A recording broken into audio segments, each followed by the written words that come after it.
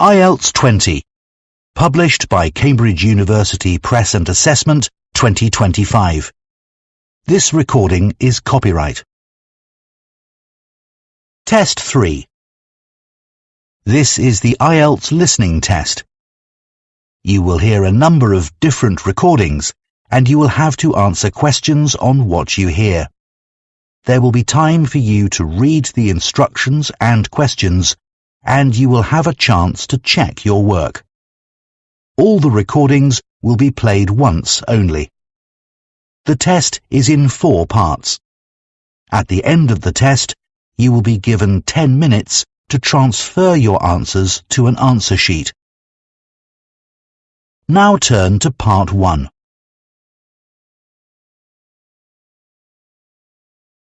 Part 1.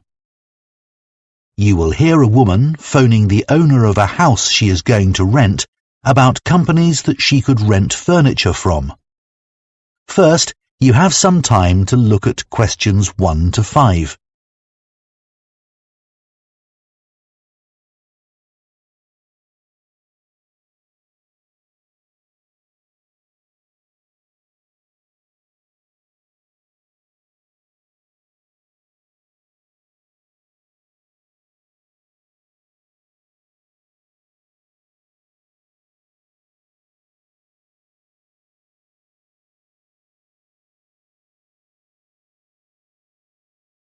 Now listen carefully and answer questions 1 to 5. Good morning. Hi, this is Shelley Meyer. I'm renting your house on Archwood Avenue. I'm due to move in next week. Oh, yes. Hello, Ms. Meyer. What can I do for you? When I viewed the house, I told you I'll most probably need to rent some furniture, at least until I know whether my temporary work contract is going to be made permanent. Yes, of course, I remember. And I said I could give you some information about furniture rental companies in the city. That's right. Well, the biggest company is called Peak Rentals. I've recommended them to other people and have always heard positive reports about them. Could you give me an idea of their costs? Sure. I actually have one of their brochures here. It says the monthly price per room starts at $105 and goes up to $239. That depends on which rooms you need furniture for, of course. Sure. It's just to get a general idea of how much it's going to cost. And you said you had some positive feedback about this company? Yes. People have mentioned that the furniture from Peak Rentals is more modern than any of the other companies. And also, once you place an order, the furniture will be delivered to you in just 1 or 2 days. That would be really helpful. Oh, and the brochure says that there's a special offer at the moment. If you rent living room furniture, I believe that's a set of chairs and a TV table, you'll also get a lamp at no extra cost. Okay, but that price range you gave is more than I was hoping to pay. Then you could try Aaron and Oliver. Sorry, what and Oliver? Aaron, Aaron. Okay. Are they cheaper? I'd say they're a mid-price company. But if you chose them, you need to be aware that they charge an extra 12% every month in case of damage. Oh, I see. I'd have to do the math carefully then. Right. But one helpful thing is that they also do cleaning for customers. For the furniture? For the house. Oh, I see. I probably won't need that. Before you hear the rest of the conversation, you have some time to look at questions 6 to 10.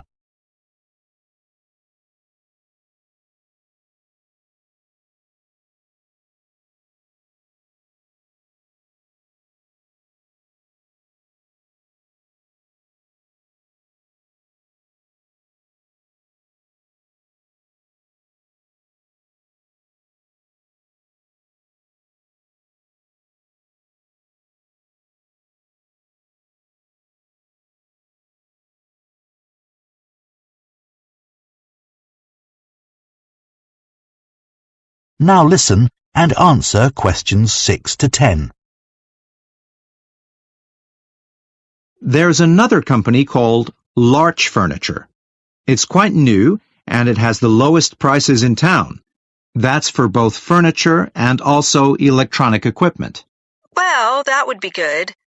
I'm not bringing much with me, and I won't have much time to go shopping after I start my job. There are two things you need to know about Larch Furniture.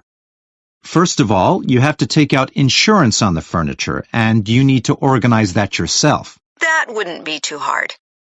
Also, you can't take out a contract for less than 6 months, but I figure that might not be a problem for you. You're renting the house for 12 months, after all, aren't you? Yes, okay. Well, Sorry to interrupt. I just thought of another furniture rental company. It's called Space Rentals, and it's located very near to the house. Okay. I don't have any information about their charges, so it's best to use their app to find out what it would cost you to use them. Okay, thanks. I'll do that.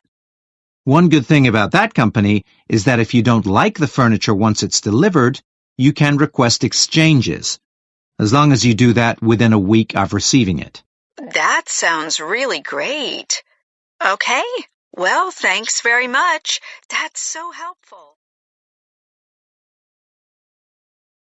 That is the end of part 1. You now have 1 minute to check your answers to part 1.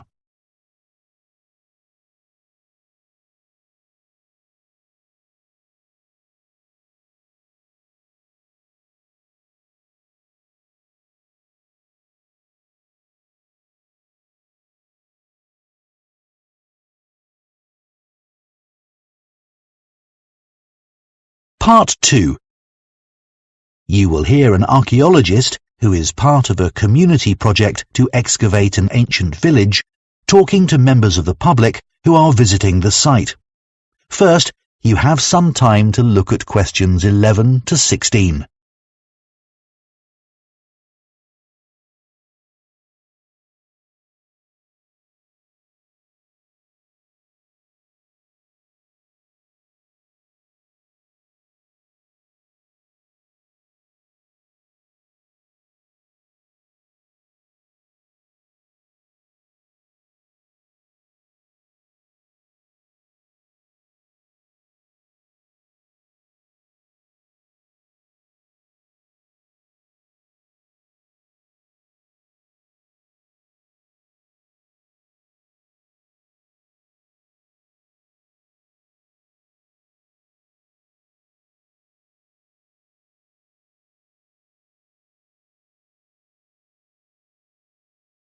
Now listen carefully and answer questions 11 to 16. Hello, I'm Hayden. I'm one of the archaeologists investigating the site here at Bidcaster.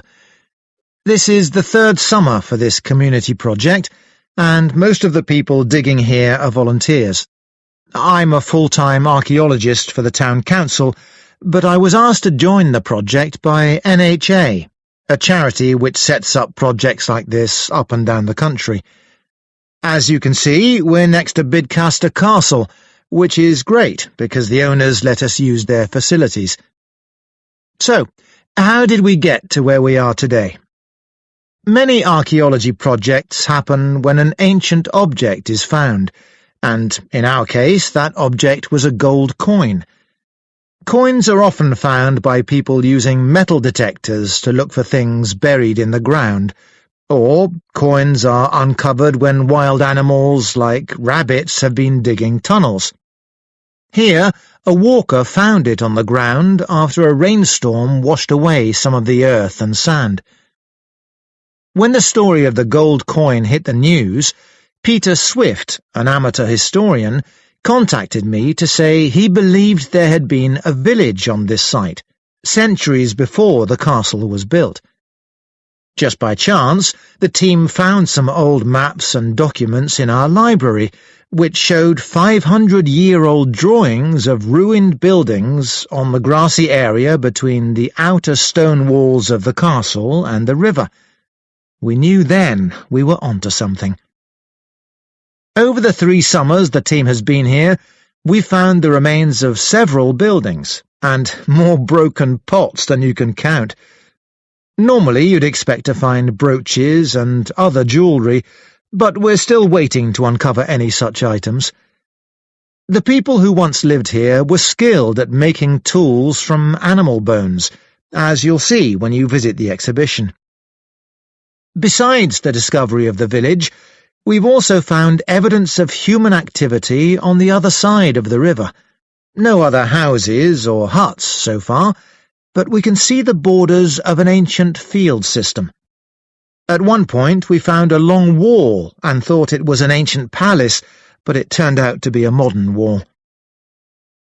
This summer's work will end soon, but we'll be back next summer.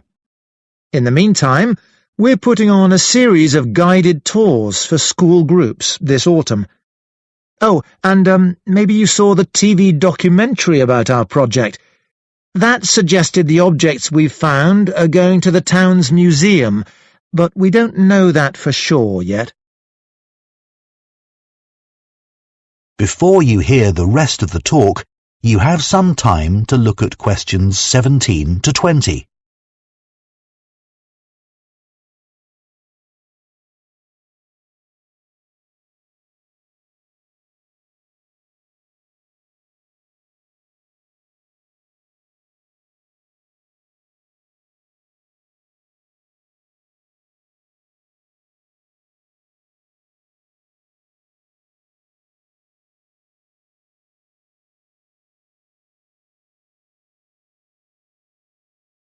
Now listen and answer questions 17 to 20. When you enter the site, please make sure you keep to the paths at all times. There are a few other things, the highlights of the site, if you like, that I want to mention. Take a look at the map. Our present location is marked at the bottom. This year, we've identified the foundations of an ancient bridge. And it's really exciting today because a team of divers are in the river searching for lost objects. To reach the bridge, take the main path ahead of you, go straight on, and keep going till the path bends to the left. You'll see a smaller track leading off to the right. Follow that to take you to the river, where the divers are. You might be interested to see the rubbish pit. This is very near the castle walls in the northwest corner of the site. It actually dates to the time of the castle and not the ancient village. We found oyster shells and fish bones, and we assume they were thrown from the castle kitchen above. One area we excavated in the first summer uncovered the site of a meeting hall. We knew it was an important building because it had 2 rows of post holes, deep enough to support a large roof. It's the largest structure in the central area of the site, next to the current excavation area. Last year we discovered a fish pond in the ancient village. Normally these were beside a river. The pond here is further away, but it's possible the river has moved slightly. Anyway, to get there from here, you turn right at the first information board you come to and follow the path into the trees. Before you come out of the trees, you'll see it on your right. If you reach the river, you've gone too far. So, does anyone have... That is the end of part 2. You now have 30 seconds to check your answers to part 2.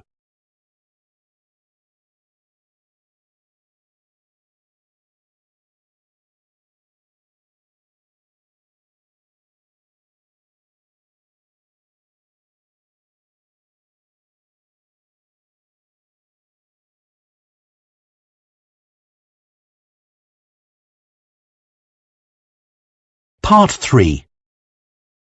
You will hear 2 theatre studies students, Maya and Finn, discussing their project on theatre programmes. First, you have some time to look at questions 21 to 26.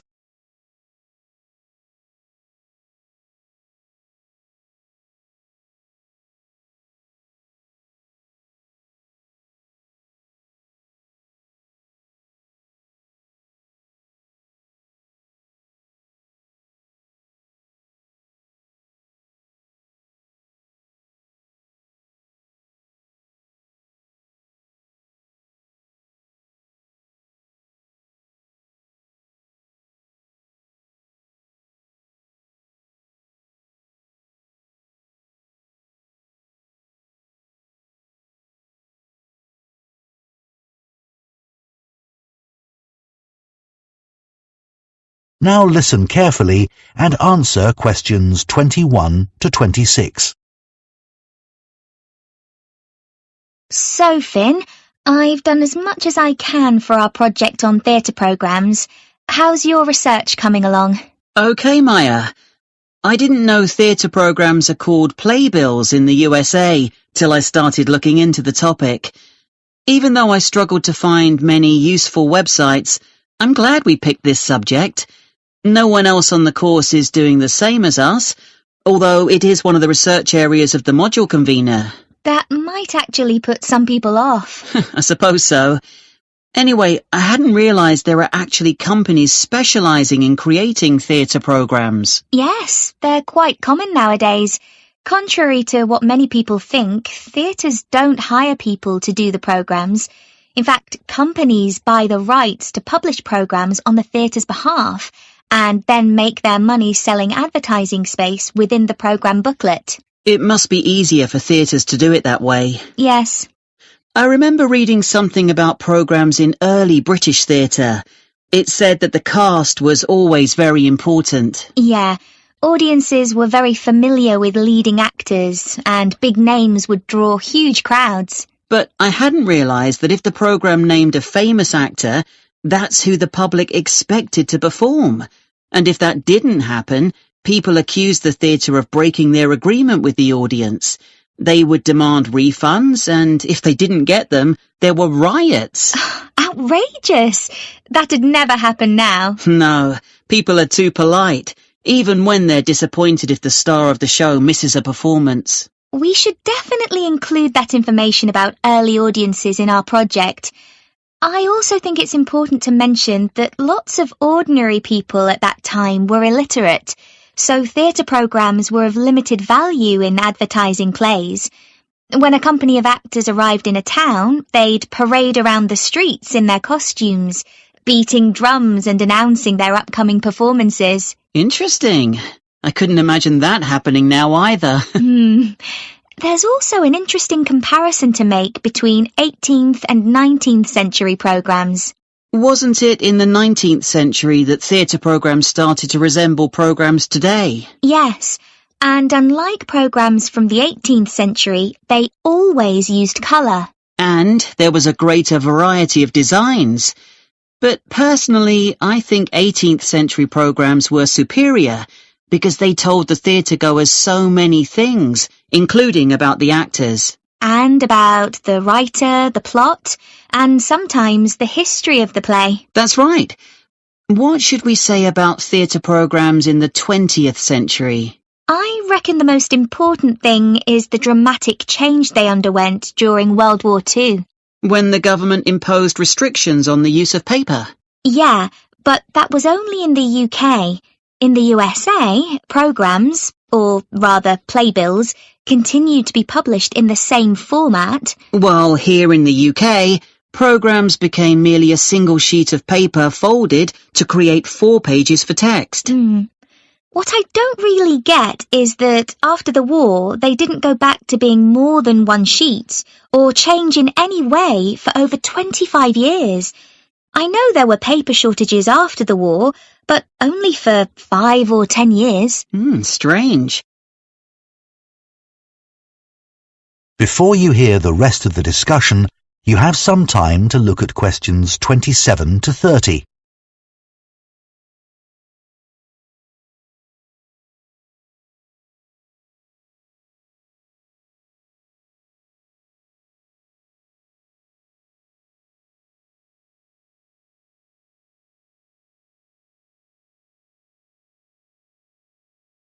Now listen and answer questions 27 to 30.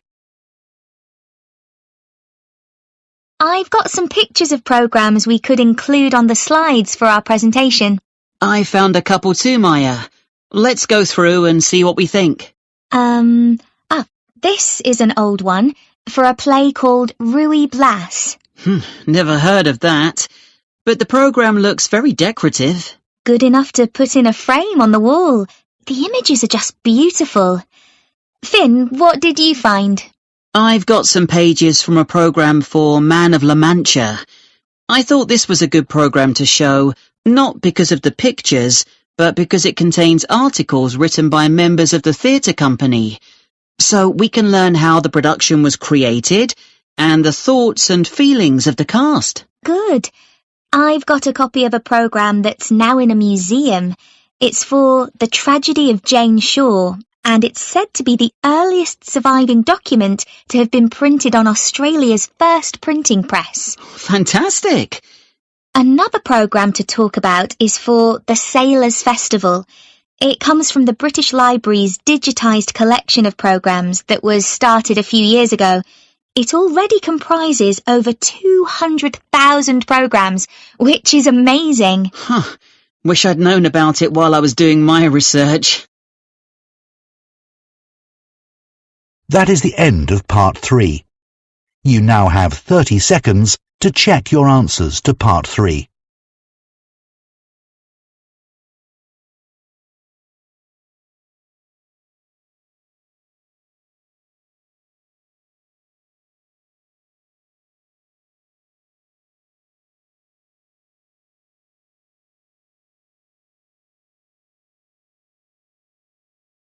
Part 4. You will hear a design and technology lecturer talking about inclusive design. First, you have some time to look at questions 31 to 40.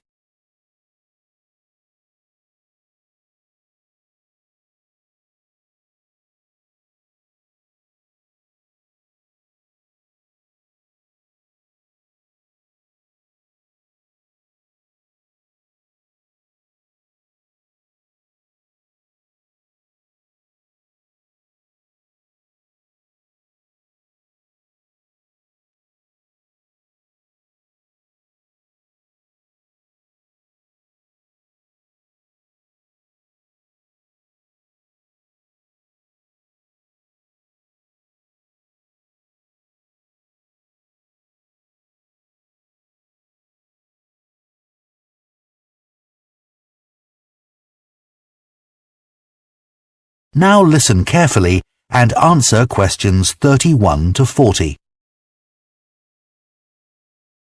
It's only relatively recently that designers have become aware of the need to be inclusive when designing products. But what does that mean exactly?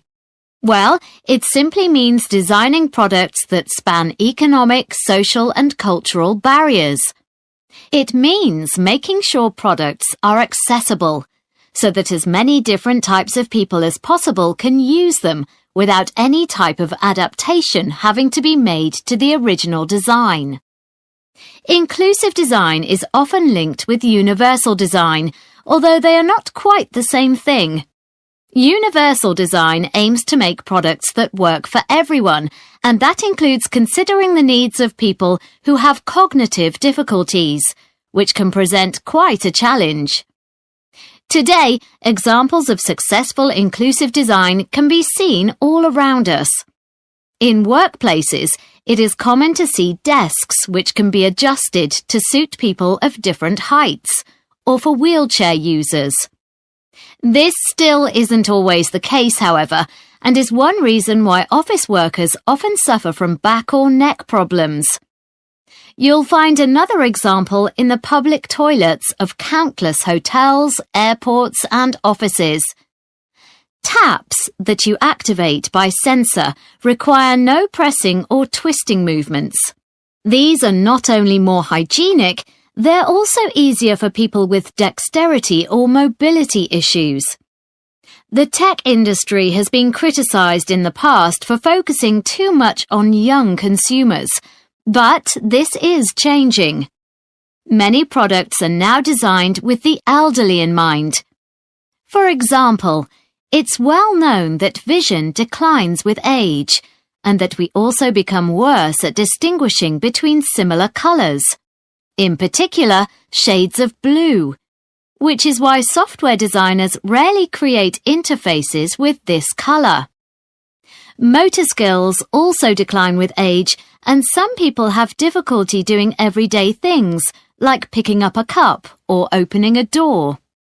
This can also affect their ability to use a mouse or keyboard. so voice access is now a routine way of making commands.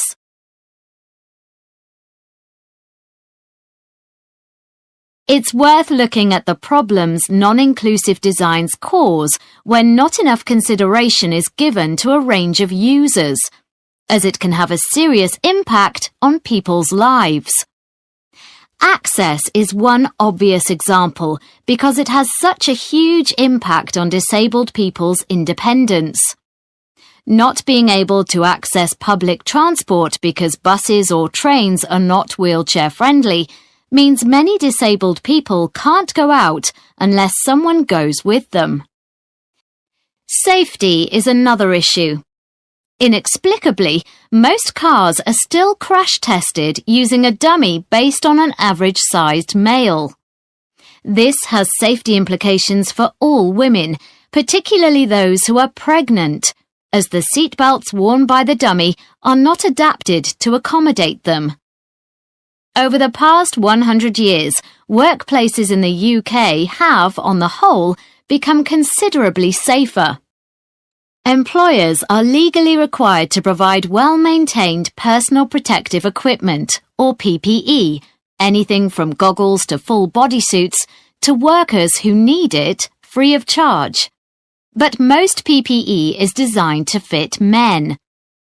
A recent report found that employers often think that when it comes to female workers, all they need to do to comply with this legal requirement is to buy jackets, for example, designed for a small man. The problem with this is that women can be tall and still have much smaller shoulders than the average man. Ill-fitting PPE such as high-vis jackets, vests and body armour can put women at risk. The report found that 95% of women said that their PPE often hampered their work, and that this problem was worst in the emergency services, particularly the police. Another problem is related to comfort at work. A very common scenario in offices in summertime is to see women wrapped in blankets or wearing sweaters while the air conditioning is on high. Meanwhile, the men are in shorts and t-shirts. This is due to differences in metabolic rates for men and women.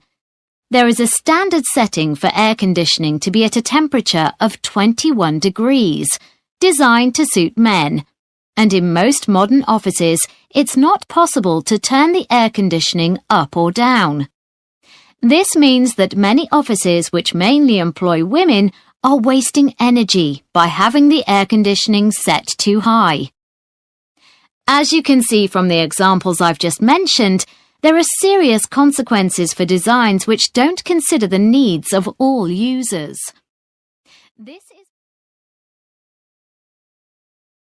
That is the end of Part 4. You now have 1 minute to check your answers to Part 4.